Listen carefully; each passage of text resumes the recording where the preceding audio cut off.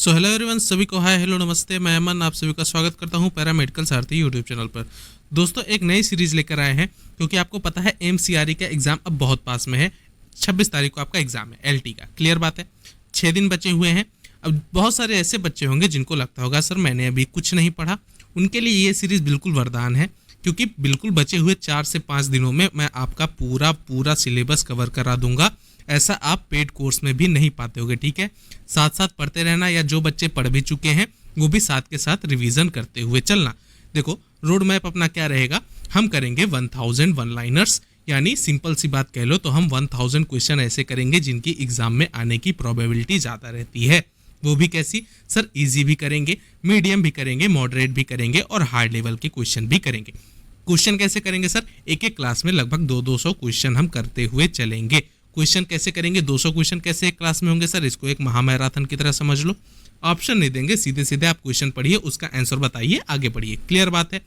और रिवीजन करते हुए चलिए, थोड़ा सा फास्ट भी रखेंगे क्योंकि अगर एक्सप्लेन करने बैठे तो आपके पास बिल्कुल ऐसा टाइम नहीं है कि आप 1 महीने बिल्कुल 2 महीने एक्सप्लेन करते हुए अच्छे से पढ़ो। क्लियर बात है।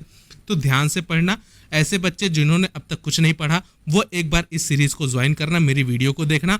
वीडियो के बाद अपना कमेंट बॉक्स में रिस्पांस जरूर देना कि ये सीरीज आपको कैसी लगी, अब कुछ आ रहा है या नहीं आ रहा है। जो आप सोच रहे थे कि एग्जाम में मेरा 50% भी तैयार नहीं है, ये सीरीज खत्म होते होते आप कहोगे सर 90% कब तैयार हो गया, मेरा कुछ पता नहीं चला। ठीक है, ये चीज़ ध्यान रखना। बिल्कुल उम्मीद जगा के रखो, और उम्मीद जगाने के लिए मैं हूँ, आपके लिए बिल्कुल फ्री है, सब कुछ फ्री है। आपको 1 रुपये भी कुछ चार्ज नहीं देनी है। साथ के साथ बने रहो और पढ़ाई करते रहो। क्लियर बात है। पहले सेट से स्टार्ट करते हैं। आज हम पूरे 200 क्वेश्चन देखेंगे एनाटॉमी फिजियोलॉजी के, और बेहतरीन तरीके से कंप्लीट करते हुए आगे बढ़ेंगे। क्लियर बात है। तो पहली क्लास स्टार्ट करते हैं। पहली क्लास में पहला सेट देखते हैं, क्वेश्चन नंबर 1 से स्टार्ट करते हैं। क्लियर बात है। नोट्स आपको टेलीग्राम पे मिल जाएगा, तो जो बच्चे नए हैं वीडियो को देख रहे हैं, मेरे टेलीग्राम चैनल से जुड़ जाना। उसका लिंक आपको डिस्क्रिप्शन बॉक्स में प्रोवाइड कर दिया गया है। क्लियर बात है। पहला सेट से देखते हैं, एनाटॉमी एंड फिजियोलॉजी के बेसिक से पहले उठाते हैं।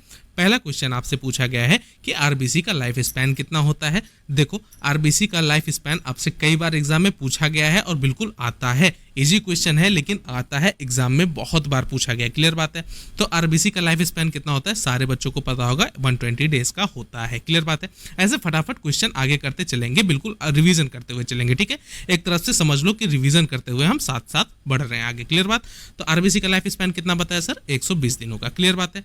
अगला क्वेश्चन, डब्ल्यूबीसी का नॉर्मल काउंट कितना होता है? हम बात करें नॉर्मल रेंज की, तो डब्ल्यूबीसी का नॉर्मल रेंज कितना होता है? ये भी एग्जाम में बहुत बार क्वेश्चन आया हुआ है। तो 4000 से लेके 11000 पर माइक्रोलीटर ये होता है डब्ल्यूबीसी का नॉर्मल काउंट, यानी 4000 से लेके 11000 प्रति माइक्रोलीटर जो होती है वो डब्ल्यूबीसी की नॉर्मल रेंज होती है। अगले बात करें, प्लेटलेट का नॉर्मल काउंट, बहुत बार एग्जाम में क्वेश्चन आया हुआ है। तो प्लेटलेट का भी नॉर्मल काउंट आपको याद होना चाहिए सर, 1.5 से लेके 4.5 लाख प्रति माइक्रोलीटर। यूनिट जरूर याद रखना मेरे दोस्त, यूनिट अक्सर एग्जाम में पूछी जाती है। ये कितने में है सर? ये लैक्स में है। क्लियर बात है। तो 1,50,000 से लेके 4,50,000 पर माइक्रोलीटर ये होती है प्लेटलेट की नॉर्मल काउंट। ये सारी चीजें बिल्कुल याद रखना। अगले क्वेश्चन की तरफ बढ़ो। ह्यूमन बॉडी का लार्जेस्ट ऑर्गन कौन सा है? ये बच्चे बहुत सारे कंफ्यूज होते हैं।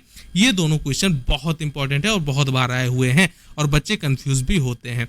ह्यूमन बॉडी का लार्जेस्ट ऑर्गन आपसे पूछा जाता है और पहला ऑप्शन आपको लीवर दिया होता है। ठीक है, और बहुत सारे बच्चे उस पर आगे टिक करते हैं और आगे बढ़ते हुए खुश हो जाते हैं कि एक इजी क्वेश्चन आया था मैंने कर लिया, और वो क्वेश्चन हो जाता है गलत। क्लियर बात।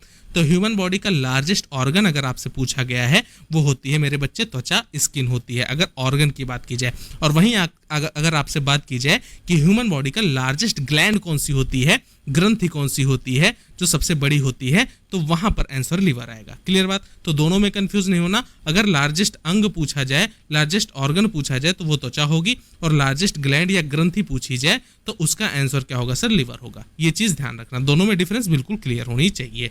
अगला क्वेश्चन अगेन इंपॉर्टेंट है, कई बार एग्जाम में आया हुआ है।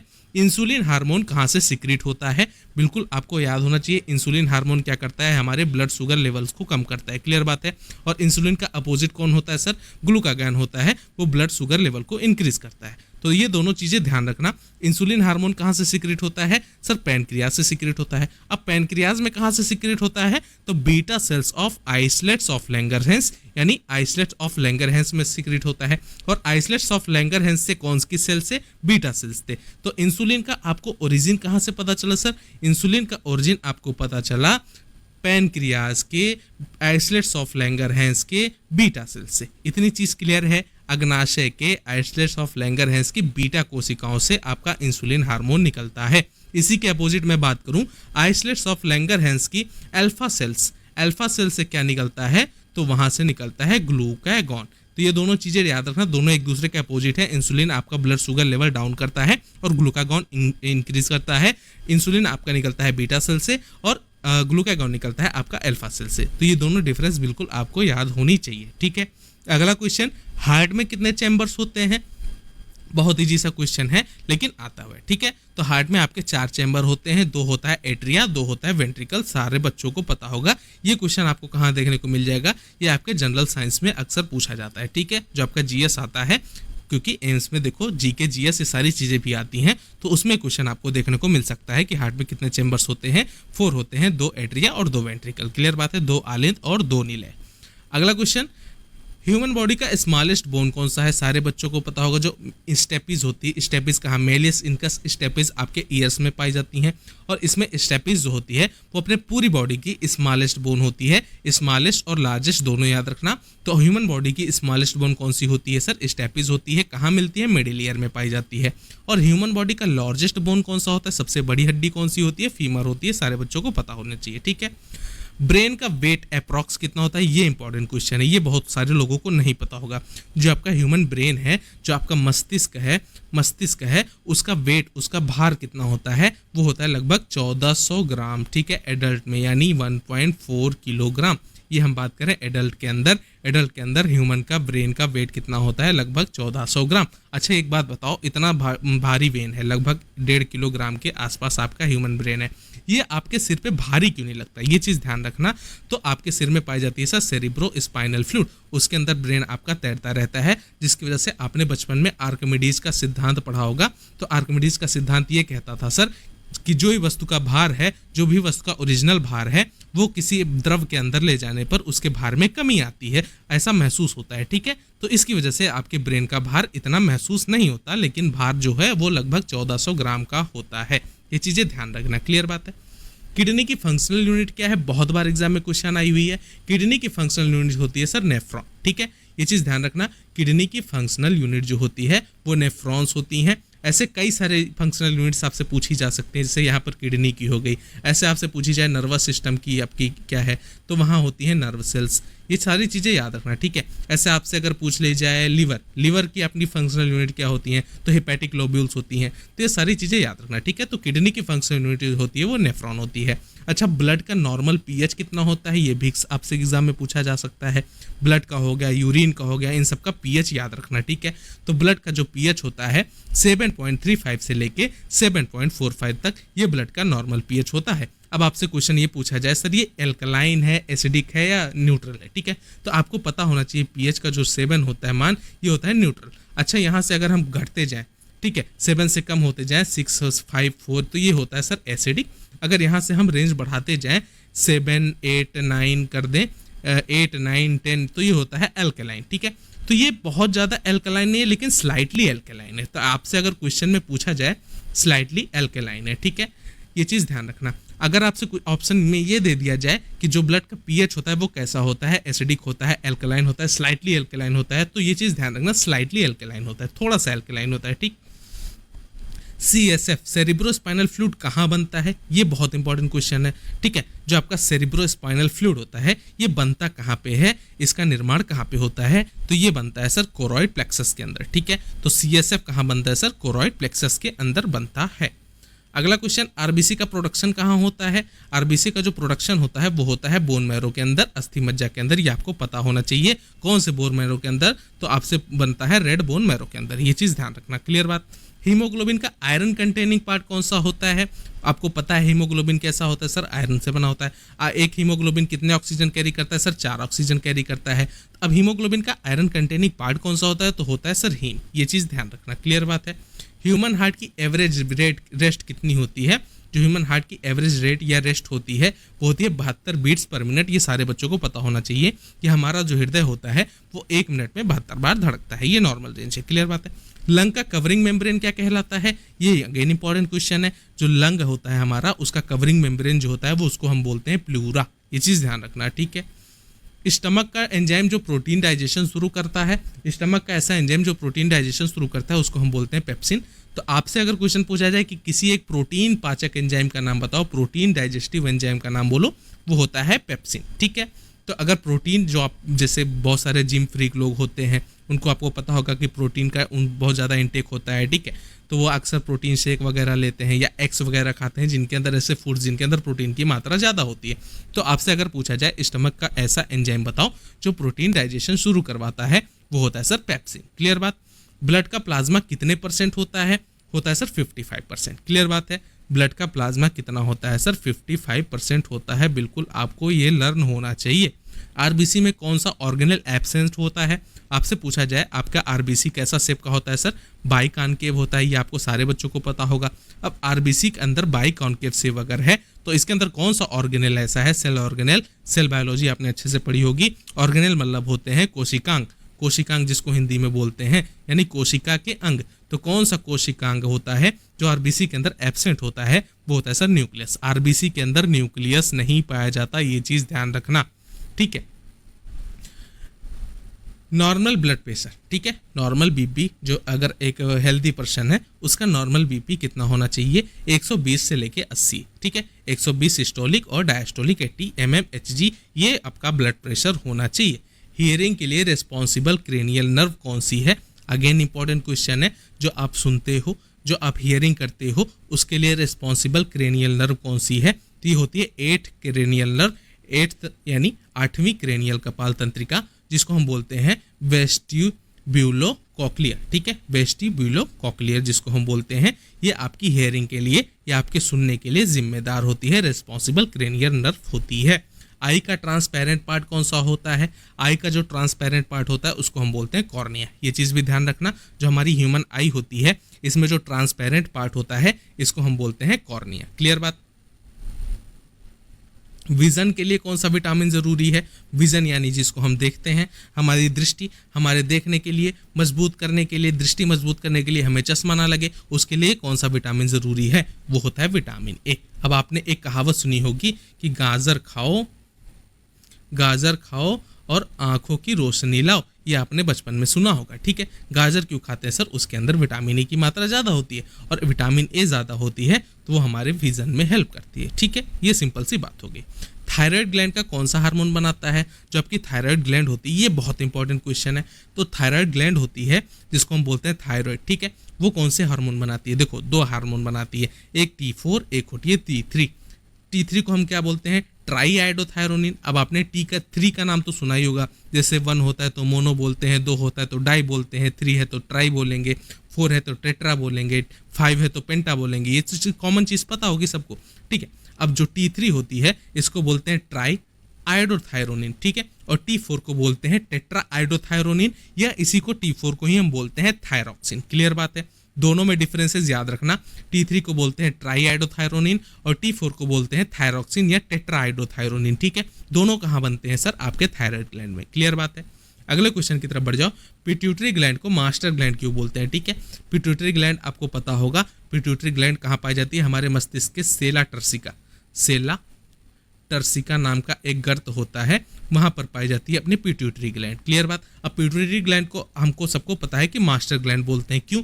Because it controls other endocrine gland, क्योंकि यह अन्य अंतःस्रावी ग्रंथियों को कंट्रोल करती है, इसीलिए हम पिट्यूटरी ग्लैंड को मास्टर ग्लैंड बोलते हैं, क्योंकि ये अदर जो एंडोक्राइन ग्लैंड होते हैं हमारी, उनको कंट्रोल कर देती है अपनी पिट्यूटरी ग्लैंड, इसीलिए इसको मास्टर ग्लैंड बोलते हैं। अच्छा, एक ऐसी भी ग्लैंड है जो पिट्यूटरी ग्लैंड को भी कंट्रोल करती है, यानी उसको हम क्या बोलेंगे?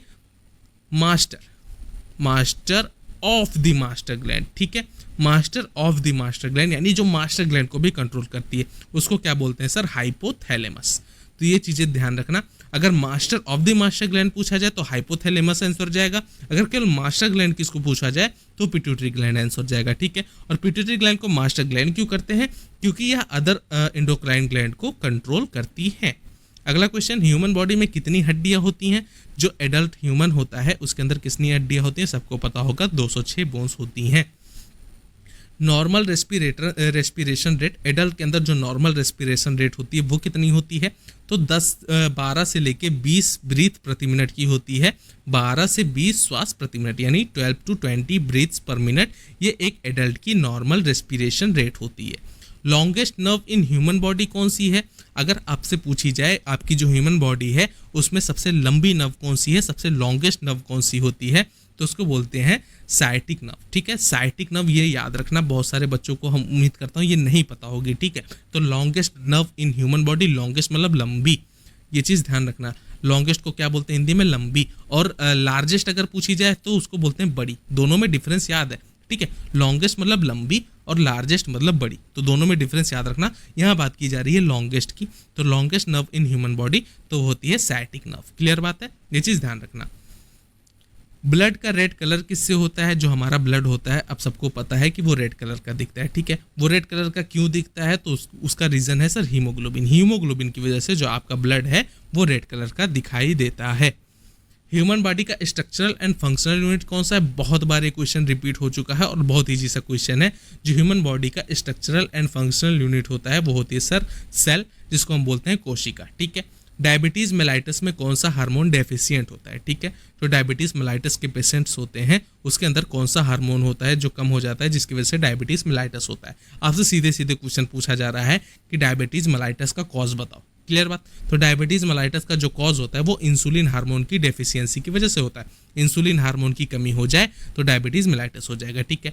अगर इंसुलिन हार्मोन आपके शरीर में है तो ब्लड शुगर लेवल को कम करता है। अब इंसुलिन हार्मोन ही कम हो गया तो यानी आपके ब्लड शुगर लेवल्स क्या हो जाएंगे? इंक्रीज कर जाएंगे, तो और आपको क्या हो जाएगा सर? डायबिटीज मेलाइटस हो जाएगा। क्लियर बात। तो डायबिटीज मेलाइटस में कौन सा हार्मोन डेफिशिएंट होता है? वो होता है sir insulin. Largest part of the brain कौन सा होता है? अपने ब्रेन का सबसे लार्जेस्ट सबसे बड़ा पार्ट कौन सा होता है सर? सेरिब्रम होता है, ठीक है। ब्रेन के पार्ट आपको पता है ना, सेरिब्रम होता है, सेरिबेलम होता है, ठीक है। इसके अलावा अपना ब्रेन स्टेम होता है जिसके अंदर मेडुला ऑब्लांगेटा वगैरह आते हैं। तो ये सारी चीज़ें ध्यान रखना। इन सारे पार्ट में जो होता है लार्जेस्ट पार्ट, सबसे बड़ा पार्ट आपसे पूछा जाए तो होता है सेरिब्रम, ठीक है। मस्तिष्क का सेरेब्रल भाग जो होता है ये largest part of the brain होता है। हियरिंग बोन्स बताओ। ईयर यानी आपसे पूछा जाए ईयर ऑसिकल्स, थोड़ी देर पहले मैंने बताया था मेलियस, इनकस, स्टेपिस, ये 3 हड्डियां जो होती हैं अपनी ईयर ऑसिकल्स कहलाती हैं, अपने कान में पाई जाती है, ठीक है। हार्ट का पेस मेकर बहुत इंपॉर्टेंट क्वेश्चन है।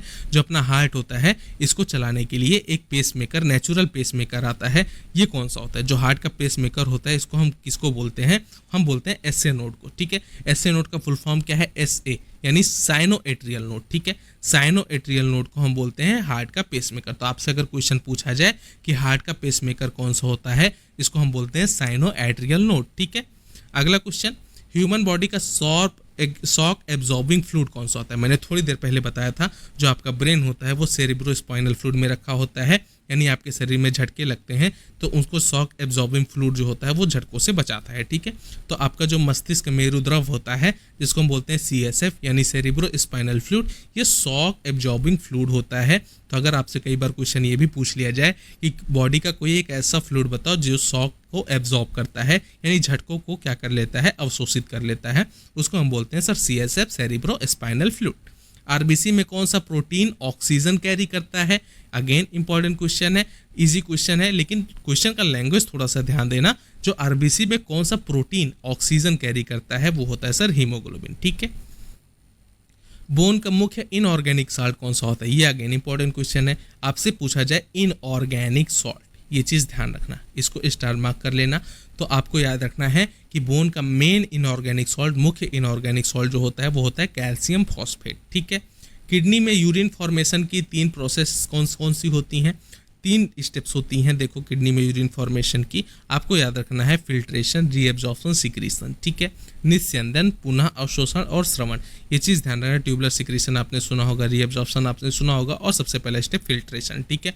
यानी आपका जो बोमेन कैप्सूल होता है यहाँ पर फिल्ट्रेशन होता है। तो तो किडनी में यूरिन फॉर्मेशन की 3 प्रोसेसेस कौन कौन सी है? फिल्ट्रेशन, रीएब्जॉर्प्शन और सिक्रीशंस। क्लियर बात।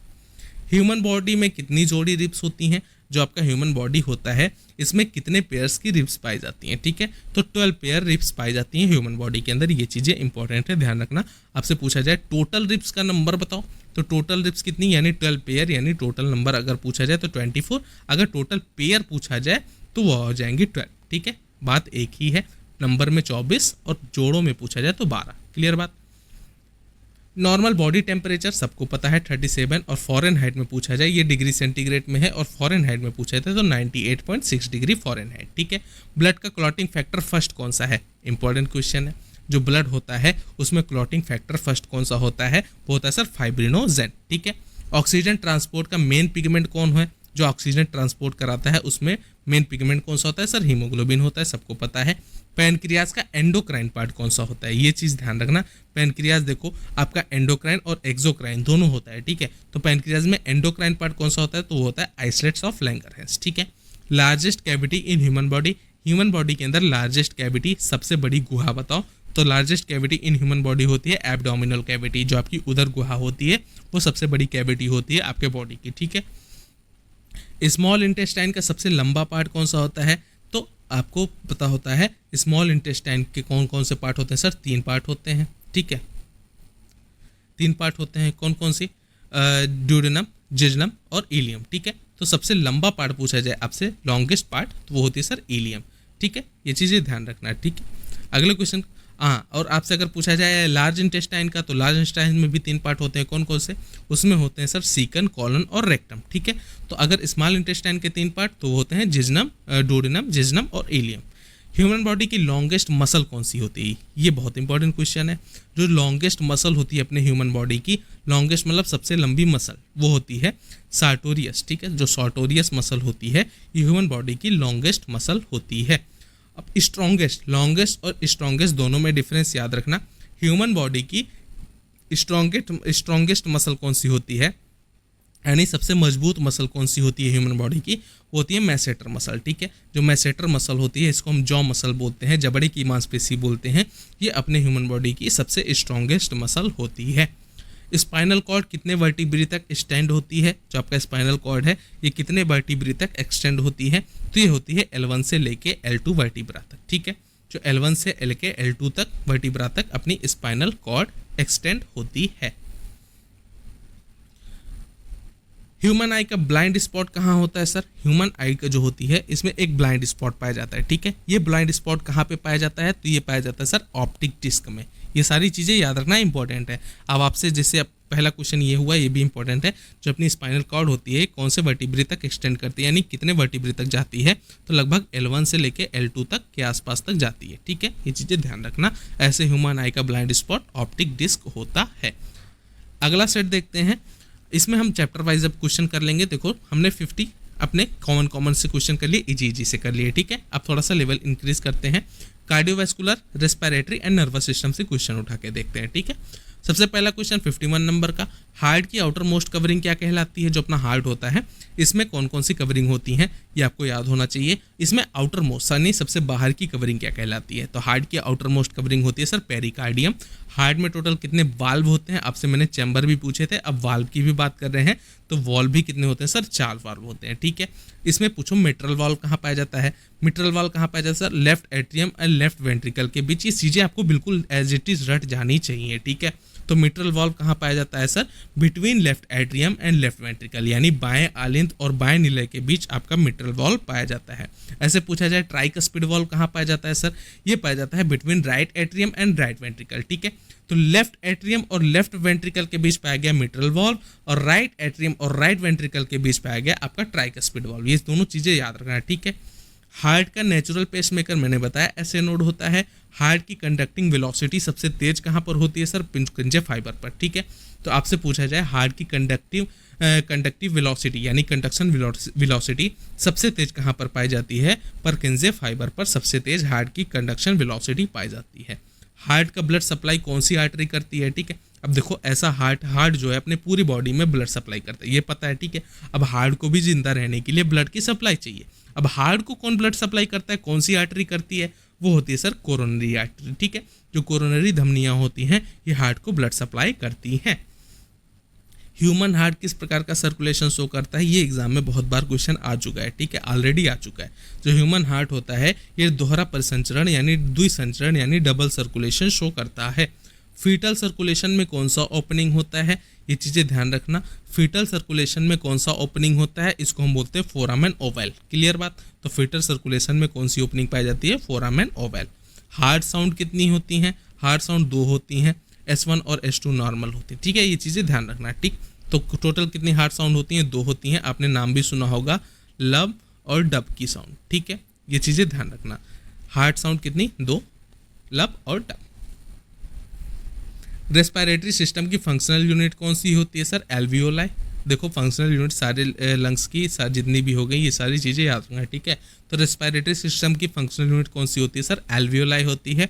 नॉर्मल टाइडल वॉल्यूम, ज्वारीय वॉल्यूम कितना होता है, लगभग 500 ml होता है। देखो ये सब समझाने बैठूँ ना, टाइडल वॉल्यूम कितना होता है, ठीक है, TRV कितना होता है, ये सारी चीज़ें मैं बहुत डिटेल में रेस्पिरेटरी सिस्टम में समझा चुका हूँ, ठीक है। ह्यूमन फिजियोलॉजी का पूरा 5 घंटे का मैंने लेक्चर बनाया हुआ है, ठीक, बहुत डिटेल में बहुत ट्रिक के साथ उसमें समझाया हुआ है। अभी यहाँ पर समझाने का समय बिल्कुल नहीं, क्यों, लगभग 5 से 6 दिन एग्जाम बचे हुए हैं। बस फटाफट से एक बार के लिए निगाह मार लो अपने पूरे टॉपिक पर, ऐसा न रहे कि कुछ छोड़ के जा रहे हो, ठीक है। सारी चीज़ें एक निगाह में, सरसरी निगाह में पढ़ लो, क्योंकि पढ़ने का टाइम तो गया, अब रिवीजन मार लो कि आपका पूरा टॉपिक एक बार में कवर हो जाए, ठीक है। ये सारी चीज़ें कर लो, ठीक है। तो नॉर्मल टाइडल वॉल्यूम लगभग 500 ml होता है। नॉर्मल वाइटल कैपेसिटी कितनी होती है, लगभग 4500 ml होती है। टोटल लंग कैपेसिटी कितनी होती है, लगभग 6000 ml होती है। तो ये सारी रेंज याद रखना है, ठीक है। ऑक्सीजन ट्रांसपोर्ट के लिए आरबीसी में कौन सा पिगमेंट होता है, हीमोग्लोबिन होता है। रेस्पिरेशन को कंट्रोल करने वाला ब्रेन का कौन सा पार्ट होता है सर, मेडुला ऑब्लांगेटा। अब देखो मेडुला ऑब्लांगेटा कहाँ पाया जाता है सर, आपके ब्रेन स्टेम में, ठीक है, यानी सिर के पिछले भाग में। इसीलिए बोलते हैं कि सिर के पिछले भाग पर चोट नहीं लगना चाहिए, क्योंकि जो मेडुला ऑब्लांगेटा होता है वो आपकी रेस्पिरेशन को कंट्रोल करता है। अगर सिर के पिछले भाग में चोट लग जाए तो आपकी रेस्पिरेशन रिदम बिगड़ सकती है, और आपका रेस्पिरेशन रिदम बिगड़ेगा तो फिर आपको रेस्पिरेशन नहीं होगा, तो फिर डेथ करने के चांसेस बिल्कुल इंक्रीज कर जाते हैं, ठीक है। तो रेस्पिरेशन जो होता है उसको कौन कंट्रोल करता है, ब्रेन में मेडुला ऑब्लांगेटा कंट्रोल करता है। गैस एक्सचेंज किस प्रोसेस से होता है, ठीक है। अब गैसेस एक्सचेंज, ठीक है, आपने सांस लिया तो ऑक्सीजन अंदर गया, ऑक्सीजन आपके ब्लड में कैसे जाएगा, और ब्लड से कार्बन डाइऑक्साइड आपके सांस द्वारा कैसे बाहर आएगा, इसको बोलते हैं परासरण, जिसको हम बोलते हैं डिफ्यूजन। क्लियर बात। तो डिफ्यूजन प्रोसेस से आपका गैसेस एक्सचेंज होता है। डेड स्पेस वॉल्यूम कितनी होती है, तो डेड स्पेस वॉल्यूम जो होती है लगभग 150 ml होती है, डेड स्पेस वॉल्यूम। क्लियर बात है। डेड स्पेस वॉल्यूम किसको बोलते हैं, ठीक है, आपके लंग में कुछ हवा इतनी हमेशा मौजूद रहेगी, कितनी भी सांस लगा के आप बाहर छोड़ दो तो इतनी, इसको हम बोलते हैं डेड स्पेस वॉल्यूम, ठीक है। तो डेड स्पेस वॉल्यूम लगभग 150 ml आपके लंग में है, इतनी हवा हमेशा रहेगी ही रहेगी, ठीक है। डायाफ्राम किस नर्व से सप्लाई होती है, ठीक है, डायाफ्राम को किस नर्व से सप्लाई करते हैं, इसको बोलते हैं फ्रेनिक नर्व। ये चीज़ें ध्यान रखना है, ठीक है। सर्फेक्टेंट किससे बनता है, जो सर्फेक्टेंट होता है ये टाइप 2 एल्वियोलर सेल्स से बनता है। सर्फेक्टेंट टाइप 2 एल्वियोलर कोशिकाओं से बनता है। नर्वस सिस्टम की स्ट्रक्चर एंड फंक्शनल यूनिट क्या होती है, मैंने बताया था न्यूरॉन होती है। ब्रेन को प्रोटेक्ट करने वाला फ्लूइड कौन सा होता है, तो सेरेब्रोस्पाइनल फ्लूइड होता है। जो आपका ब्रेन होता है सेरेब्रोस्पाइनल फ्लूइड के अंदर रखा होता है। सेरेब्रोस्पाइनल फ्लूइड क्या करता है, शॉक को एब्जॉर्व कर लेता है, आपके सिर में चोट ना लगे, झटके ना लगे, तो आपके ब्रेन को क्या कर रहा है, एक तरह से प्रोटेक्ट कर रहा है। तो आपके ब्रेन को प्रोटेक्ट करने वाला फ्लूइड क्या होता है, सेरेब्रोस्पाइनल फ्लूइड होता है। हिंदी में बोलते हैं मस्तिष्क मेरुद्रव। ब्रेन का लार्जेस्ट पार्ट कौन सा होता है, आपके ब्रेन का लार्जेस्ट पार्ट यानी सबसे बड़ा पार्ट कौन सा होता है, सेरेब्रम होता है, यानी आपके मस्तिष्क का अग्रभाग होता है। बैलेंस एंड कोऑर्डिनेशन कौन सा पार्ट कंट्रोल करता है, जो आपके ब्रेन आपके पूरी बॉडी को बैलेंस करता है, कोऑर्डिनेट करता है, कौन सा पार्ट कंट्रोल करता है, वो होता है सेरिबेलम, ठीक है। सेरिबेलम कंट्रोल करता है। ये चीज़ें ध्यान रखना, आपके शरीर में बैलेंस बनाने का और समन्वय कोऑर्डिनेशन बनाने का काम कौन करता है, सेरिबेलम करता है। ब्रेन स्टेम के पार्ट कौन कौन से होते हैं, ब्रेन स्टेम के कौन कौन से पार्ट होते हैं सर, मिड ब्रेन होता है, पोन्स होता है और मेडुला ऑब्लांगेटा होता है। यानी मिड ब्रेन, पोन्स और मेडुला ऑब्लांगेटा ये आपके ब्रेन स्टेम के पार्ट्स होते हैं। मेमोरी और इंटेलिजेंस किससे जुड़ा होता है, तो मेमोरी और इंटेलिजेंस जो होता है वो आपके सेरिब्रम भाग से जुड़ा होता है, ठीक है। सेरिब्रल भाग से आपका मेमोरी यानी याददाश्त, जिसको हम बोलते हैं याददाश्त, जो आप याद रखते हो ना, जैसे आप आज क्वेश्चन पढ़ रहे हो, ये आपको एग्जाम तक याद रहनी चाहिए, तो ये मेमोरी और इंटेलिजेंस ये आपके सेरिब्रम भाग से जुड़ा होता है। और ब्रेन स्टेम के पार्ट जरूर याद रखना, ब्रेन स्टेम के अंदर मिड ब्रेन आता है, पोन्स आता है, मेडुला ऑब्लांगेटा आता है। स्पाइनल कॉर्ड कहाँ तक होती है, मैंने बताया L1 L2 वर्टिब्रा तक फैली होती है। अभी स्पाइनल कॉर्ड में डिटेल में बताऊंगा, अभी थोड़ा वेट करो, अभी बोन आने दो लास्ट में, मैं पूरा बताऊंगा। इसकी एक ट्रिक भी आती है C7TH, अभी समझ लो यहाँ पर 12 TH12 L5 S5 CO4, ठीक है। यानी एक केमिस्ट्री का फार्मूला बना लो। अभी थोड़ा डिटेल, अभी वेट करो, थोड़ी देर में बाद में इसको डिटेल में एक्सप्लेन करूंगा, ठीक। CSF का नॉर्मल वॉल्यूम कितना होता है, ये इंपॉर्टेंट क्वेश्चन होती है। CSF का नॉर्मल वॉल्यूम जो होता है वो लगभग 100 से लेकर 150 ml तक CSF होता है। तो CSF का नॉर्मल वॉल्यूम कितना होता है सर, 100 से लेकर 150 ml तक। ऑटोनॉमिक नर्वस सिस्टम की दो डिवीजन्स कौन सी होती हैं, तो ऑटोनॉमिक नर्वस सिस्टम की दो डिवीजन कौन सी, सिंपैथेटिक और पैरासिम्पैथेटिक, ठीक है। ऑटोनॉमिक नर्वस सिस्टम की दो डिवीजन्स कौन सी हैं, सिंपैथेटिक और पैरासिम्पैथेटिक, ये ऑटोनॉमिक नर्वस सिस्टम की दो डिवीजन्स होती हैं। रिफ्लेक्स आर्क की बेसिक कंपोनेंट यूनिट, अच्छा रिफ्लेक्स आर्क होता क्या है, रिफ्लेक्स एक्शन आपने नाम सुना होगा। मान लो आप रोटी बना रहे हो घर में, ठीक है, आपका हाथ गलती से तवे पर पड़ गया, ठीक। अब आप खड़े होकर तवे पर अगर हाथ पड़ गया है तो क्या आप सोचोगे सर कि हाथ में गरम गरम लग रहा है, मैं अपना हाथ हटा लूं, या आपका ब्रेन खुद से अपना हाथ काफ़ी झटके से अचानक से हटा देगा, ठीक है। या जाते जाते आपका कांटे पर पैर पड़ गया, अब आप सोचोगे सर पैर में दुख रहा है, पैर हटा लूं, या आपका शरीर खुद ब खुद वो पैर झटके से हटा देगा। इसको हम बोलते हैं रिफ्लेक्स एक्शन, ठीक है। तो रिफ्लेक्स आर्क की बेसिक कंपोनेंट यूनिट कौन कौन सी होती हैं, तो रिफ्लेक्स आर्क में क्या होता है सर, रिसेप्टर के बाद सेंसरी न्यूरॉन, फिर CNS में जाता है, फिर मोटर न्यूरॉन में और इफेक्टर में, ठीक है। रिसेप्टर, संवेदी न्यूरॉन, CNS, मोटर न्यूरॉन और इफेक्टर, ये आपकी बेसिक कंपोनेंट्स यूनिट होती हैं रिफ्लेक्स आर्क। क्लियर बात, आर्क मतलब घेरा, ठीक है। तो रिसेप्टर से संवेदी न्यूरॉन, संवेदी न्यूरॉन से CNS से मोटर न्यूरॉन और फिर इफेक्टर, ये सारी चीजें ध्यान रखना। लार्जेस्ट क्रेनियल नर्व कौन सी होती है, सबसे बड़ी क्रेनियल नर्व, लार्जेस्ट, ठीक है। तो ट्राइजेमिनल नर्व जो होती है, जो 5th क्रेनियल नर्व होती है, ये सबसे लार्जेस्ट क्रेनियल नर्व होती है, जिसको बोलते हैं ट्राइजेमिनल नर्व। तो आपसे पूछा जाए लार्जेस्ट क्रेनियल नर्व कौन सी होती है, सबसे बड़ी क्रेनियल नर्व कौन सी होती है, वो होती है 5th क्रेनियल नर्व, जिसको हम बोलते हैं trigeminal nerve. Longest cranial nerve कौन सी होती है, तो लार्जेस्ट और लॉन्गेस्ट बिल्कुल कंफ्यूज नहीं होना। लॉन्गेस्ट मतलब सबसे लंबी, यानी दूरी की बात की जा रही, कहाँ से कहाँ तक, और लार्जेस्ट मतलब बड़ी, एक स्थान पर बहुत बड़ी सी है, ठीक है। तो बिल्कुल डिफरेंस याद रखना। लार्जेस्ट क्रेनियल नर्व वो होती है ट्राइजेमिनल नर्व, जो होती है 5th क्रेनियल नर्व, और लॉन्गेस्ट क्रेनियल नर्व की बात की जाएगी तो 10th क्रेनियल नर्व आएगी, जिसको हम बोलते हैं वेगस नर्व, ठीक है। ऐसे याद रख लेना, जो वेगस सिटी है वो हमारे पास से काफ़ी दूर है, ठीक है। जो हम यहाँ पर बैठे हैं हमारे घर से बहुत दूर है वेगस सिटी, आपने वेगस नाम सुना होगा, वेगस सिटी, तो वेगस सिटी हमारे घर से बहुत दूर है, तो अपना लॉन्गेस्ट क्रेनियल नर्व जो होता है वो वेगस नर्व होता है, ऐसे याद कर सकते हो, ठीक है। हियरिंग एंड बैलेंसिंग के लिए कौन सी क्रेनियल नर्व होती है, आपको सुनने के लिए, आपके शरीर को कोऑर्डिनेशन बनाने के लिए, बैलेंसिंग बनाने के लिए कौन सी क्रेनियल नर्व होती है, वो होती है वेस्टिबुलो कॉक्लियर, ठीक है, 8th cranial nerve. Olfactory nerve कौन से सेंस कंट्रोल करती है, ठीक है। जो ऑल्फैक्टरी नर्व होती है वो कौन सा सेंस कंट्रोल करती है, वो स्मेल। ऑल्फैक्टरी यानी आप जो सूंघ रहे हो, जो आपको गंध आ रही है कि गंध अच्छी है, खुशबू है, परफ्यूम है, या बहुत सड़ी हुई गंध आ रही है, ऐसा आप बताते हो ना, तो उसको सेंस कंट्रोल कौन करती है, ऑल्फैक्टरी नर्व को होती है स्मेल, ठीक है। स्मेल यानी आप जो सूंघ रहे हो, गंध ले रहे हो, उसको ऑल्फैक्टरी नर्व सेंस कंट्रोल करती है। ऑप्टिक नर्व का फंक्शन क्या है, जो ऑप्टिक नर्व होती है ये ऑप्टिक देखने में काम आती है, आपने सुना होगा ऑप्टिक विजन अच्छा है, ऑप्थेल्मिक असिस्टेंट, ये सारी आपने सुनी होगी पोस्ट वगैरह, तो किससे संबंधित होते हैं, विजन से, दृष्टि से। CSF का प्रोडक्शन कहाँ होता है, CSF बनता कहाँ है सर, कोरॉइड प्लेक्सस के अंदर बनता है, CSF का प्रोडक्शन कोरॉइड प्लेक्सस के अंदर होता है। Grey matter and white matter में क्या डिफरेंस है, ग्रे मैटर और व्हाइट मैटर में क्या डिफरेंस है, यानी ग्रे देखो, ग्रे यानी कोई चीज़ पाई जा रही है, ठीक है, यानी आपकी सेल बॉडीज पाई जा रही हैं, और व्हाइट कहाँ होती हैं, माइलिनेटेड एक्सॉन्स, ठीक है। तो ग्रे में क्या होता है, कोशिका शरीर होता है, और व्हाइट में माइलिन युक्त एक्सॉन्स होते हैं, तो ये डिफरेंस याद रखना। ग्रे मैटर में क्या होता है, कोशिका शरीर सेल बॉडीज पाई जाती हैं, और व्हाइट मैटर में माइलिनेटेड एक्सॉन्स पाए जाते हैं, माइलिन युक्त एक्सॉन्स पाए जाते हैं।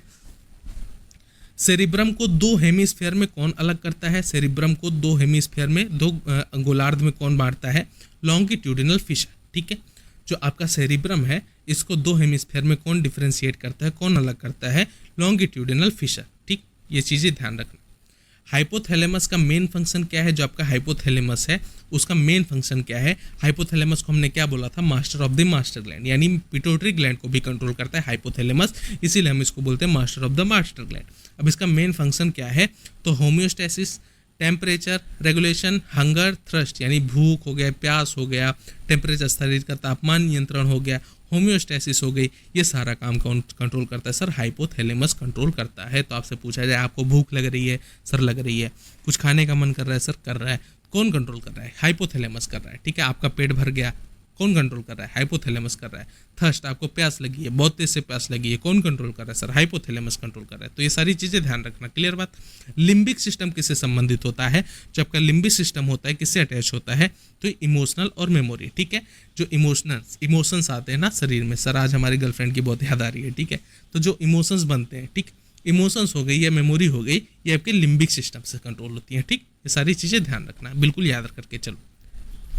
पैरासिम्पैथेटिक सिस्टम का मेन न्यूरोट्रांसमीटर कौन सा होता है, जो पैरासिम्पैथेटिक सिस्टम होता है इसका मेन न्यूरोट्रांसमीटर कौन होता है, एसिटाइल कोलिन होता है, ठीक है। तो पैरासिम्पैथेटिक सिस्टम का मेन न्यूरोट्रांसमीटर होता है acetyl choline.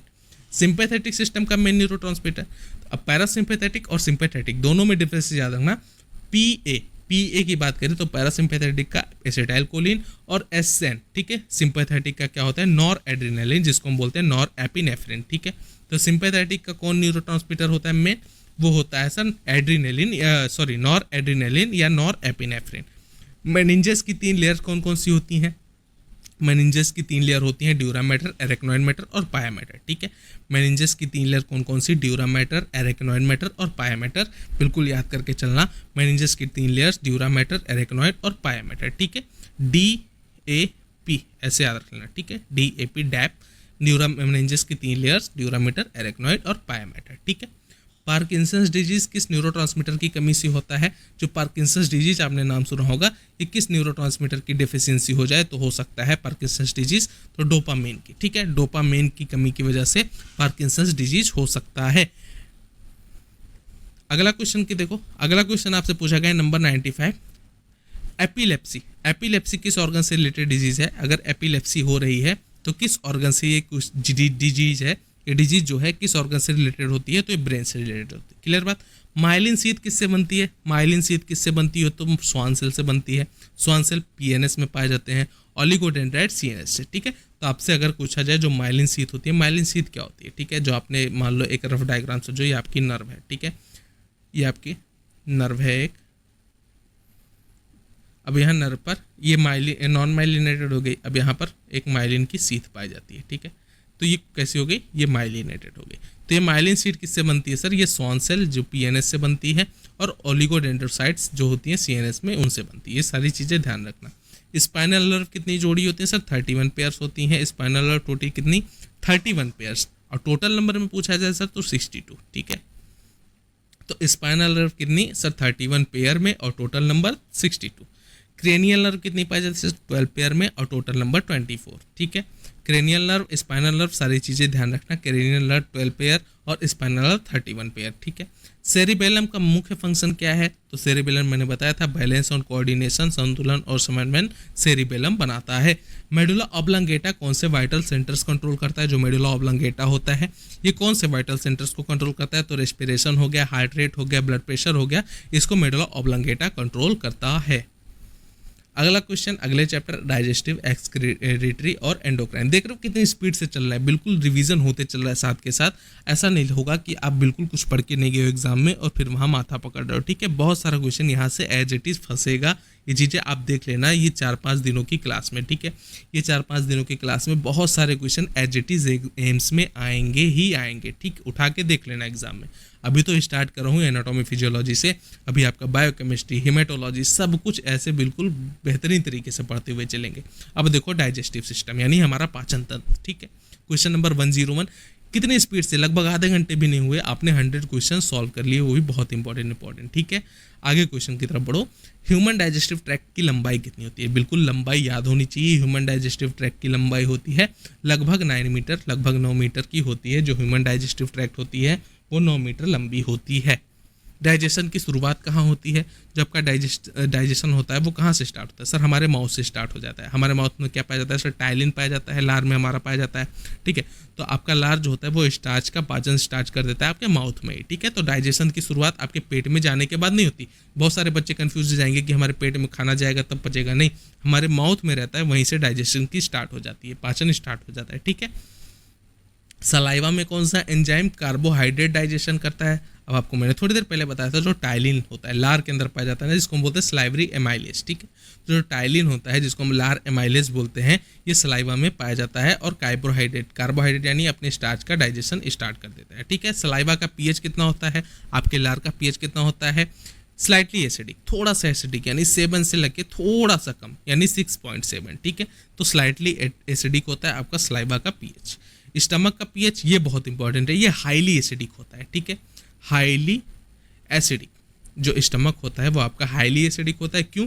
Due to HCl, hydrochloric acid आपके पेट में पाया जाता है, जो आपका स्टमक का पीएच कितना बनाता है बहुत ज़्यादा एसिडिक, लगभग 1.5 से लेकर 2.5 तक, ठीक है। अच्छा, आप कभी सोचते होगे ना, जो हमारा पेट है, हमारा स्टमक है, इतना पीएच, इतना हाइड्रोक्लोरिक एसिड जो है इतना अम्लीय मात्रा में पाया जा रहा है, हमारा पेट जलता क्यों नहीं? ठीक है, तो ऐसा इसलिए नहीं होता है क्योंकि आपके म्यूकोसा एक लेयर पाई जाती है, म्यूकोसा लेयर जिसको हम बोलते हैं, जो आपकी स्टमक की इनर लेयर होती है, ठीक है। आपके कौन कौन से लेयर्स होते हैं? सब म्यूकोसा, लॉन्गिट्यूडनल, ठीक है, ये सारी चीज़ें आपने पढ़ी होंगी, बहुत डिटेल में मैंने डाइजेस्टिव सिस्टम में पढ़ा हुआ है, ठीक है। तो उसमें जो आपका इंटरनल लेयर होता है, जो आपके स्टमक का, होती है म्यूकोसा लेयर, तो वो लेयर आपको आपके HCl से जलने से बचाती है, ठीक है। ये सारी चीज़ें ध्यान रखना।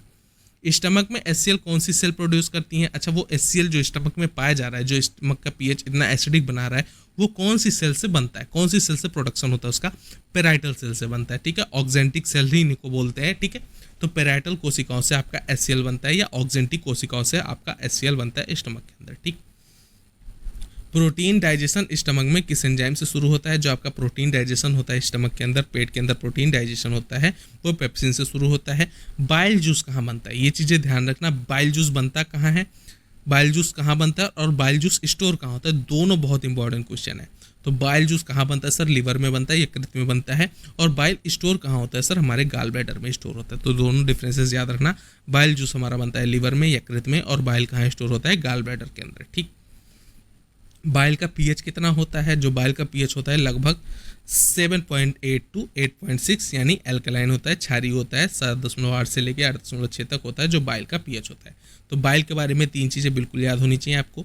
बाइल बना कहाँ सर? लिवर में बना। बाइल स्टोर कहाँ हुआ सर? गाल ब्लैडर में स्टोर हुआ। और बाइल का पीएच कितना हुआ? लगभग 7.8 से लेकर 8.6 तक, यानी एल्कलाइन पीएच हुआ। क्लियर बात? फैट डाइजेशन में मदद करने वाला सबस्टेंस कौन सा होता है? ऐसा कौन सा सबस्टेंस है जो फैट डाइजेशन कराता है, फैट की डाइजेशन में मदद करता है? तो वो होता है सर बाइल साल्ट, जिसको बोलते हैं पित्त लवण। तो पित्त लवण जो होता है, बाइल साल्ट होता है, ये फैट की डाइजेशन में हेल्प करता है। ये सबस्टेंस जो होता है फैट की डाइजेशन करवाता है। स्मॉल इंटेस्टाइन का सबसे लंबा पार्ट कौन सा होता है? मैंने बताया था इलियम होता है। Most of the nutrient absorbs कहाँ होता है? ठीक है, बहुत इंपॉर्टेंट क्वेश्चन। जो आपके बहुत सारे आपने खाना खाया, ठीक है, उसके अंदर क्या होते हैं? विटामिन्स होते हैं, मिनरल्स होते हैं, न्यूट्रिएंट्स होते हैं। ये सारे न्यूट्रिएंट, इनमें सबसे ज़्यादा मोस्ट ऑफ द न्यूट्रिएंट्स, इनका एब्जॉर्प्शन यानी अवशोषण, हिंदी में क्या बोलते हैं? अवशोषण, एब्जॉर्प्शन, अवशोषण। इनका अवशोषण किस पार्ट में, शरीर के किस अंग में सबसे ज़्यादा होता है? ठीक है, तो ये होता है सर स्मॉल इंटेस्टाइन के अंदर, छोटी आंत के अंदर। ठीक है, अब आपसे पूछा जाए लार्ज इंटेस्टाइन का मुख्य फंक्शन बता दो सर। जो आपका बड़ा आंत है, लार्ज इंटेस्टाइन है, बड़ी आंत है, इसका मुख्य फंक्शन क्या होता है? तो वाटर एब्जॉर्प्शन होता है, यानी जल का एब्जॉर्प्शन कराता है आपका large intestine. Vitamin B12 absorption के लिए कौन सा फैक्टर आवश्यक है? विटामिन B12 एब्जॉर्प्शन के लिए कौन सा फैक्टर आवश्यक है? वो होता है इंट्रिंसिक फैक्टर। ठीक है, स्टमक के लिए कई बार एक क्वेश्चन एग्जाम में आया हुआ है, ये चीज़ें ध्यान रखना। जो विटामिन B12 होता है, इसके एब्जॉर्प्शन के लिए नेज कारक, जिसको इंट्रिंसिक फैक्टर हिंदी में क्या बोलते हैं? नेज कारक। ये चीज़ें ध्यान रखना, ठीक है। नेज कारक जिसको बोलते हैं, ये फैक्टर आवश्यक होता है विटामिन B12 के एब्जॉर्प्शन के लिए। तो कहाँ पाया जाता है सर? स्टमक में पाया जाता है। आंतरिक कारक जो कि पेट से पाया जाता है। पैनक्रियाटिक जूस का पीएच, देखो बहुत सारे मैंने फ्लूइड बता दिए, इन सब का पीएच बिल्कुल याद होना चाहिए। पैनक्रियाटिक जूस का पीएच कितना होता है सर? 7.5 से लेके 8 होता है, एल्कलाइन होता है। ये भी पैनक्रियाटिक जूस कहाँ पाया जाता है सर? पैनक्रिया से निकलता है। क्यों? देखो पैनक्रियाज जो होता है वो आपसे कर कोई पूछा जाए कोई एक ऐसी ग्रंथि का नाम बताओ जो एंडोक्राइन भी हो और साथ के साथ एक्सोक्राइन भी हो, ठीक है। तो वो होती है सर पैनक्रियास, ठीक है। पैनक्रियास क्यों एंडोक्राइन है सर? क्योंकि इसके अंदर से निकलता है इंसुलिन हार्मोन और ग्लूकागॉन हार्मोन। कहाँ से निकलता है? आइसोलेट्स ऑफ लैंगरहैंस से। और सर एक्सोक्राइन क्यों हुई? क्योंकि ये निकालती है सर पैनक्रियाटिक जूस, ठीक है। तो ये सारी चीज़ें ध्यान रखना, एंडोक्राइन भी है, हार्मोन का भी श्रवण करती है और पाचक एंजाइम का भी श्रवण करती है, जिसको बोलते हैं पैनक्रियाटिक जूस। इसीलिए जो पैनक्रियाज होता है वो एंडोक्राइन ग्लैंड भी है और एक्सोक्राइन ग्लैंड भी है, ठीक है। तो पैनक्रियाटिक जूस का पीएच जो होता है वो आपको याद रखना है 7.5 से लेके 8 तक होता है, एल्कलाइन होता है, ठीक। पैनक्रियाटिक एंजाइम जो कि फैट को डाइजेस्ट कराता है, जो पैनक्रियाटिक एंजाइम जो होता है जो फैट को डाइजेस्ट कराता है वो होता है सर लाइपेज। तो आपसे पूछा जाए कोई एक पैनक्रियाटिक एंजाइम बताओ जो फैट का डाइजेशन करवाएगा, सर लाइपेज होता है, ठीक है। पैनक्रियाटिक एंजाइम जो प्रोटीन को डाइजेस्ट करता है तो वो होती है सर ट्रिप्सिन, ठीक है। आपसे मैंने थोड़ी देर पहले पूछा था पेट में कौन सा करवाता है, सर पेप्सिन करवाएगा। अगर पैनक्रियाटिक एंजाइम जो प्रोटीन को डाइजेस्ट करवाता है तो वो हो जाएगा सर ट्रिप्सिन। तो पेप्सिन और ट्रिप्सिन में कंफ्यूज मत होना। पैनक्रियाटिक एंजाइम जो कि स्टार्च को डाइजेस्ट करेगा, पैनक्रियाटिक एंजाइम जो स्टार्च को डाइजेस्ट करेगा तो एमाइलेज, ठीक है। तो पैनक्रियाज भी मैंने बहुत डिटेल में पढ़ा दी। पैनक्रियाटिक जूस का पीएच बता दिया 7.5 से लेके 8 तक। पैनक्रियाटिक एंजाइम जो कि फैट को डाइजेस्ट कराएगा तो हो जाएगा लाइपेज। पैनक्रियाटिक एंजाइम जो कि स्टार्च को डाइजेस्ट कराएगा तो एमाइलेज। और पैनक्रियाटिक एंजाइम जो कि प्रोटीन को डाइजेस्ट कराएगा तो हो जाएगा ट्रिप्सिन। बिल्कुल याद रखना, एक एक चीज़ बहुत डिटेल में पढ़ते हुए चलना, ठीक है। अपेंडिक्स किससे जुड़ा होता है? आपने सुना होगा सर अपेंडिक्स जो होता है वो हमारे शरीर का क्या है? वेस्टिबुलर ऑर्गन है। वेस्टिबुलर ऑर्गन है क्या मतलब? सर इसका हमें काम नहीं है फिर भी हमारे शरीर में पाया जाता है, ठीक है। अब पाया कहाँ जाता है, किससे जुड़ा होता है? सर लार्ज इंटेस्टाइन में पाया जाता है, सीकम में पाया जाता है, ठीक है। कई बार इसमें इन्फेक्शन हो जाता है जिसकी वजह से अपेंडिक्स सूज जाता है। तो आपने बहुत सारे लोगों को सुना होगा सर हमें अपेंडिक्स का ऑपरेशन करवाना है, ठीक है। अपेंडिक्स में क्या होता है, उसमें अपेंडिक्स काट कर निकाल दिया जाता है। हमारे शरीर में इसका कोई उपयोग है नहीं, ठीक है। ऐसा कोई बहुत बड़ा उपयोग नहीं है, इसलिए अपेंडिक्स को हम काट के निकाल देते हैं, ठीक है। तो अपेंडिक्स जुड़ा किस में होता है? सर लार्ज इंटेस्टाइन में जुड़ा होता है और सीकम पार्ट में जुड़ा होता है, ठीक है। आपने लार्ज इंटेस्टाइन का ऐसे स्ट्रक्चर देखा होगा। तो यहाँ पर एक ऐसे छोटा सा होता है, फिर यहाँ से ऐसे रेक्टम बना होता है, ठीक है। ये आपका लार्ज इंटेस्टाइन का ऐसा कुछ स्ट्रक्चर होता है। तो यहाँ पर पाया जाता है आपका अपेंडिक्स। क्लियर बात? ये चीज़ें ध्यान रखना। अब देखते हैं एक्सक्रीटरी सिस्टम से यानी उत्सर्जन तंत्र से। ह्यूमन किडनी की फंक्शनल यूनिट क्या है? नेफ्रॉन होती है। प्रत्येक किडनी में लगभग कितने नेफ्रॉन्स होते हैं? बहुत इंपॉर्टेंट क्वेश्चन है। जो आपकी किडनी होती है इनमें लगभग कितने नेफ्रॉन्स होते हैं? और प्रत्येक किडनी में, ठीक है। यानी आपकी टोटल शरीर में कितनी हुई सर? 2 किडनीज हुई। और 2 में से प्रत्येक किडनी में कितनी होती है? सर लगभग 1 मिलियन। 1 मिलियन किसको बोलते हैं? लगभग 10 लाख को बोलते हैं, ठीक है। तो प्रत्येक किडनी में सर कितने नेफ्रॉन्स पाए जाते हैं? लगभग 1 मिलियन नेफ्रॉन्स पाए जाते हैं, जिसको हम बोलते हैं लगभग 10 लाख। यानी 10 लाख को हम बोलते हैं 1 मिलियन। तो आपके एक किडनी के अंदर 1 मिलियन नेफ्रॉन यानी लगभग 10 लाख नेफ्रॉन पाए जाते हैं। किडनी में फिल्ट्रेशन कहाँ पर होता है सर? किडनी में फिल्ट्रेशन कहाँ पर होता है? तो ग्लोमेरुलस में होता है, यानी बोमेंस कैप्सूल में होता है सर। स्ट्रक्चर समझो नेफ्रॉन की स्ट्रक्चर समझो। एक नेफ्रॉन ऐसा होता है सर, ये आपका बोमेंस कैप्सूल पाया जाता है। फिर ये आपकी पाई जाती है समीपस्थ कुंडली नलिका जिसको बोलते हैं पीसीटी। फिर यहाँ इसके बाद पाया जाता है loop of Henle. Loop of Henle के बाद आपकी डीसीटी यानी दूरस्थ कुंडली नलिका। और फिर आपका आता है कलेक्टिंग डक्ट। ये होता है आपकी नेफ्रॉन की स्ट्रक्चर। इसको हम क्या बोलते हैं सर? बोमेंस कैप्सूल। फिर इसको हम बोलते हैं सर पीसीटी यानी प्रॉक्सिमल कॉन्वोल्यूटेड ट्यूबुल्स। और इसको क्या बोलते हैं? Loop of Henle. और इसके डिस्टिलेटेड कॉन्वोल्यूटेड ट्यूबुल डीसीटी। और इसको बोलते हैं कलेक्टिंग डक्ट। ये आपकी नेफ्रॉन की स्ट्रक्चर होगी। क्लियर बात? अब यहाँ पर आती है एफरेंट वाहिकाएं, जो आपके बोमेंस कैप्सूल जो होता है यहाँ पर आती है एफरेंट और यहाँ पर बनाती है ऐसे गुच्छा और यहाँ से एफरेंट वाहिकाएं, ठीक है। अब यहाँ से जो होता है आपका फिल्ट्रेशन होता है, ठीक। तो किडनी में फिल्ट्रेशन कहाँ पाया जाता है? ग्लोमेरुलस में, बोमेंस कैप्सूल में पाता है, ठीक है। किडनी से यूरिन ले जाने वाली नलिका कौन सी होती है? किडनी से यूरिन को लेकर कौन सी नलिका जाती है? उसको हम बोलते हैं यूरेटर, ठीक है। ठीक है, जो आपका यहाँ पर देखो ये होती है आपकी ब्लैडर, यूरिनरी ब्लैडर, ठीक है। और यहाँ पर कहीं आपकी होती है किडनी, ठीक है। 2 किडनी आपकी शरीर की। अब यहाँ से जो यूरेटर होता है, यूरेटर ये आपका यूरिन को लेके जाता है कहाँ तक? आपके मूत्रवाहिनी जो होती है यूरेटर, ये लेके जाती है यूरिन को ब्लैडर तक, यूरिनरी ब्लैडर तक, ठीक है। ये सारी स्ट्रक्चर याद रखना। यूरिनरी ब्लैडर में कितनी कैपेसिटी होती है? यानी यूरिनरी ब्लैडर जो होता है आपका, ये यूरिनरी ब्लैडर ऐसा होता है ना, इसमें कितनी कैपेसिटी होती है यूरिनरी ब्लैडर में? तो इसकी कैपेसिटी होती है लगभग 400 से लेकर 600 ml तक, ठीक। नॉर्मल यूरिन का पीएच कितना होता है? यूरिन का पीएच होता है स्लाइटली एसिडिक। यूरिन का भी पीएच बहुत इंपॉर्टेंट है, पूरी बायोकेमिस्ट्री अपनी लगभग यूरिन पे बेस्ड है। तो यूरिन का पीएच कितना होता है? स्लाइटली एसिडिक, लगभग 6, हल्का अम्लीय। किडनी में मैक्सिमम रीएब्जॉर्प्शन कहाँ पर होता है? मैक्सिमम रीएब्जॉर्प्शन बात करें किडनी के अंदर तो होता है प्रॉक्सिमल कन्वोल्यूटेड ट्यूब्यूल यानी पीसीटी यानी समीपस्थ कुंडलित नलिका। यानी जो आपका मैक्सिमम रीएब्जॉर्प्शन है वुमेन कैप्सूल के बाद क्या आता है सर? पीसीटी ही आता है, यानी सबसे पास। तो इसी के अंदर आपका मैक्सिमम रीएब्जॉर्प्शन हो जाता है। एडीएच एंटी डाययूरेटिक हार्मोन का क्या फंक्शन है? बहुत बार मैंने बताया, बहुत इंपॉर्टेंट है, ठीक है। एडीएच एंटी डाययूरेटिक हार्मोन का क्या काम है? वाटर रीअब्जॉर्प्शन इन किडनी के अंदर, गुर्दे के अंदर जल का पुनः अवशोषण, ठीक है। वाटर रीअब्जॉर्ब करा देगा किडनी के अंदर। तो एडीएच जो होता है एंटी डाययूरेटिक हार्मोन होता है, ये वाटर रीअब्जॉर्प्शन करा देगा आपकी किडनी के अंदर। यूरिया साइकिल किस ऑर्गन में होती है? जो यूरिया साइकिल होती है किस ऑर्गन में होती है? तो लीवर में होती है, ठीक है। यूरिया साइकिल लीवर के अंदर पाई जाती है। बहुत सारे बच्चे इसमें कंफ्यूज होंगे, किडनी आंसर लगा देंगे, ठीक है। लेकिन यूरिया साइकिल जो होती है, यूरिया का फॉर्मेशन कहाँ होता है? सर लीवर के अंदर होता है। यूरिया फॉर्मेशन याद रखना, यूरिया का निर्माण, यूरिया का फॉर्मेशन कहाँ होता है? यकृत के अंदर होता है, लीवर के अंदर होता है। आपका यूरिया लीवर के अंदर बनता है। और कैसे बनता है? यूरिया साइकिल या ऑर्निथिन साइकिल द्वारा बनता है। ये सारी चीज़ें ध्यान रखना। किडनी स्टोन का मुख्य घटक को क्या होता है? आपने सुना होगा नाम किडनी स्टोन, ठीक है। किडनी में स्टोन हो जाता है, इसको किडनी स्टोन बोलते हैं। इसका मुख्य घटक क्या होता है? ये होता है सर कैल्शियम ऑक्जेलेट। क्लियर बात? किडनी स्टोन का मुख्य घटक होता है calcium oxalate. Glomerular filtrate rate GFR, ठीक है। ग्लोमेरुलस फिल्ट्रेट रेट, इसका नॉर्मल वैल्यू कितना होता है? जीएफआर का नॉर्मल वैल्यू लगभग 125 ml प्रति मिनट होती है। तो जीएफआर की नॉर्मल रेट कितनी होती है? लगभग 125 ml प्रति मिनट। किडनी में काउंटर करंट मैकेनिज्म कहाँ होता है? जो आपकी किडनी होती है इसके अंदर काउंटर करंट मैकेनिज्म कहाँ होता है? लूप ऑफ हेनले के अंदर होता है। किडनी में counter current mechanism loop of Henle के अंदर पाया जाता है। यूरिन का येलो कलर किससे होता है? ठीक है, जो आपका यूरिन होती है इसके अंदर येलो कलर किससे होता है? यूरोक्रोम द्वारा होता है, ठीक है। यूरिन के अंदर येलो कलर यूरोक्रोम द्वारा होता है। यूरिक एसिड का एक्सक्रीशन मेनली किसके द्वारा होता है? जो यूरिक एसिड होता है इसका एक्सक्रीशन मेनली किसके द्वारा होता है? तो किडनी द्वारा होता है, गुर्दे द्वारा होता है। यूरिक एसिड कैसे निकलता है? किडनी द्वारा होता है। यूरिक एसिड का एक्सक्रीशन किडनी द्वारा होता है, ठीक है। और यूरिन का येलो कलर यूरोक्रोम द्वारा होता है।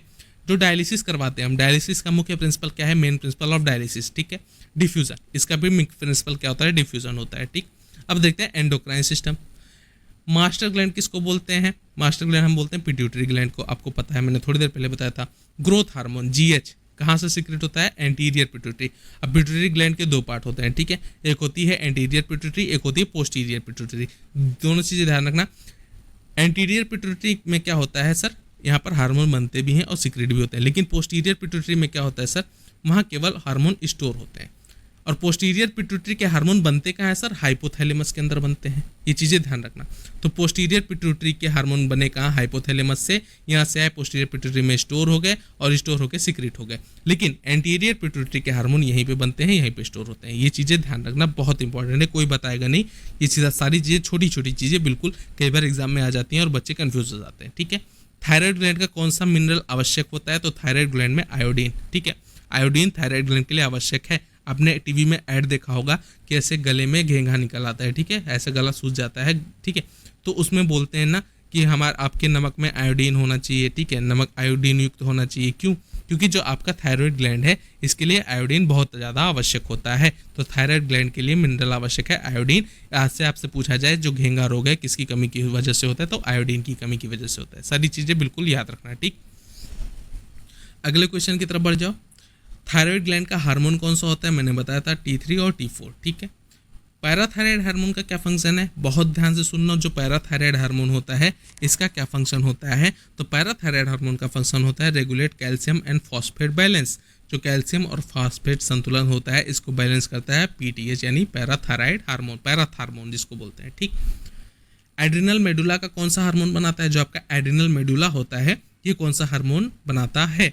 एड्रिनलिन और नॉर एड्रिनलिन, ठीक है। तो आपसे क्वेश्चन पूछा जाए जो आपकी ये फ्लाइट एंड फाइट हार्मोन, इसको क्या बोलते हैं? फ्लाइट और फाइट हार्मोन। इसका क्या मतलब हुआ? भागो या लड़ो हार्मोन, ठीक है। जैसे आपके सामने सड़क पर एक कुत्ता आ गया, ठीक है, अब क्या होगा, एड्रिनल मेडुला से आपका एड्रिनलिन और नॉर एड्रिनलिन निकलना शुरू होगा, यानी आपके शरीर के रोए खड़े हो जाएंगे, आपके आँख की पुतलियाँ चौड़ी हो जाएंगी और हार्ट बीट इंक्रीज हो जाएगी। ये क्या है, लक्षण है एड्रिनलिन और नॉर एड्रिनलिन के, ठीक है। तो उसमें क्या होता है, अब आपके पास दो ऑप्शन होते हैं, फाइट या फ्लाइट, ठीक है। इसीलिए इसको हम बोलते हैं या तो आप कुत्ते से लड़ो या तो भाग जाओ, ठीक है, डर के।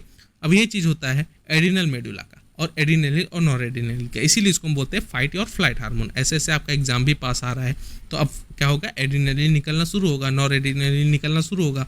बहुत सारे बच्चे डरेंगे, घबराएंगे, बिल्कुल नहीं, जब तक मैं नहीं हूँ, आपके साथ हूँ, आपको बिल्कुल घबराना नहीं है, बिल्कुल एड्रिनलिन और नॉर एड्रिनलिन पे कंट्रोल रख के चलना है, ठीक है। एक एक चीज़ कवर हो जाएगा, बिल्कुल ध्यान से, नहीं भी पढ़ा है तो बहुत सारी चीज़ें कवर होकर चलेंगी, ठीक। एड्रिनल कॉर्टेक्स का मुख्य हार्मोन कौन सा होता है, एड्रिनल कॉर्टेक्स का मेन हार्मोन क्या है, कॉर्टिसोल है, एल्डोस्टेरोन है, ठीक है। तो एड्रिनल मेडुला और एड्रिनल कॉर्टेक्स दोनों चीज़ें ध्यान रखना। तो आपसे पूछा जाए कॉर्टिसोल हो गया, एल्डोस्टेरोन हो गया, तो एड्रिनल कॉर्टेक्स से निकलता है, और एड्रिनलिन और नॉर एड्रिनलिन हो गया तो एड्रिनल मेडुला से निकलती है। ये सारी चीज़ें ध्यान रखना।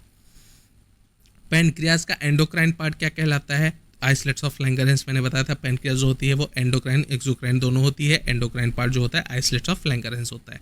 पैनक्रियाज का बीटा सेल कौन सा हार्मोन बनाता है, इंसुलिन, और पैनक्रियाज का अल्फा सेल कौन सा हार्मोन बनाता है, ग्लूकागॉन बनाता है। मैंने बताया था थोड़ी देर पहले, ठीक है, और बहुत डिटेल में बताया हुआ है, ठीक है। इंसुलिन आपका ब्लड शुगर लेवल कम करता है और glucagon blood sugar level increase करता है, ठीक। डायबिटीज मेलाइटस किस हार्मोन की कमी से होती है, तो डायबिटीज मेलाइटस इंसुलिन की कमी की वजह से होती है। पीनियल ग्लैंड कौन सा हार्मोन बनाता है, बहुत इंपॉर्टेंट है, मेलाटोनिन, ठीक है, जो आपका सोने जागने का चक्र होता है, ठीक है, स्लीप वेक साइकिल कौन कंट्रोल करता है, मेलाटोनिन कंट्रोल करता है। तो पीनियल ग्लैंड कौन सा हार्मोन बनाता है, मेलाटोनिन बनाता है।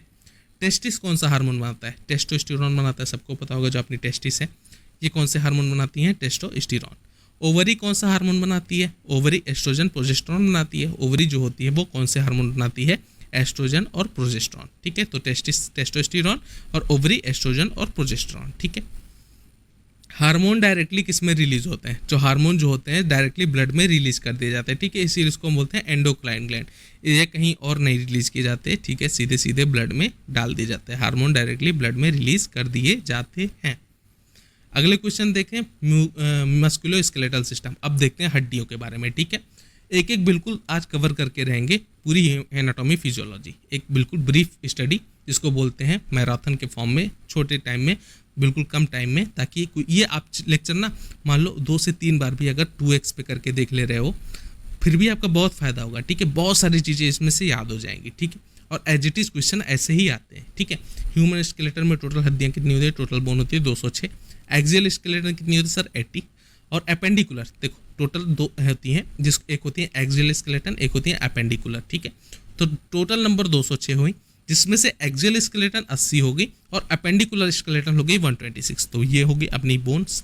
अब सबसे बड़ी हड्डी कौन सी होती है, फीमर होती है, जांघ की हड्डी होती है। सबसे छोटी स्मॉलेस्ट बोन स्टेपिज होती है, कान में पाई जाती है। इतनी चीज़ भी क्लियर। स्कल में टोटल हड्डियाँ 22 होती हैं, जो अपनी स्कल होती है, जो अपनी खोपड़ी होती है, इसके अंदर टोटल कितनी हड्डियाँ 22 होती हैं। स्कल की क्रेनियल बोन कितनी होती है सर, 8 होती हैं। स्कल की फेशियल बोन कितनी होती है सर, 14 होती है। तो स्कल में टोटल 22, स्कल में क्रेनियल 8 और स्कल में फेशियल 40। तो ये सारी चीज़ें ध्यान रखना। वर्टिबल कॉलम की हड्डियाँ कितनी होती है सर, 33 होती हैं एडल्ट में और 26 फ्यूज होती हैं, ठीक है। वर्टिबल कॉलम में कितनी हड्डियाँ सर, टोटल 33 होती हैं एडल्ट में, 26 फ्यूज होती हैं। Cervical vertebrae 7, thoracic 12, lumbar 5, sacrum 5 और कॉक्सिस। मैंने थोड़ी देर पहले बताया था। केमिस्ट्री का एक फॉर्मूला बना लो सर, कैसे, C7 TH12 L5 S5 CO4, ऐसा एक फार्मूला बना लो, आपका पूरा वर्टिबल कॉलम याद हो गया। कैसे, सर्वाइकल कितनी सर 7, थोरैसिक कितनी सर 12, लंबर कितनी 5, सैक्रम कितनी 5, कॉक्सिस कितनी 4। एक एक चीज़ बिल्कुल आपकी याद हो जाएंगी एक लाइन में, ठीक है। टोटल वर्टिबल कॉलम कितनी 33, सर्वाइकल 7, थोरैसिक 12, लंबर 5, सैक्रम 5 और कॉक्सिस 5, जिसमें से सैक्रम और कॉक्सिस ये दोनों फ्यूज होती हैं, ठीक है। लॉन्गेस्ट बोन इन अपर लिम, अपने अपर लिम की लॉन्गेस्ट बोन ह्यूमरस होती है। पेक्टोरल गर्डर की टोटल कितनी बोन, 2 क्लेविकल और 2 स्कैपुला, ये अपनी पेक्टोरल गर्डर की बोन हो गई। पेल्विक गर्डर की कौन कौन सी bone, 2 hip bone, ilium, ischium और प्यूबिस।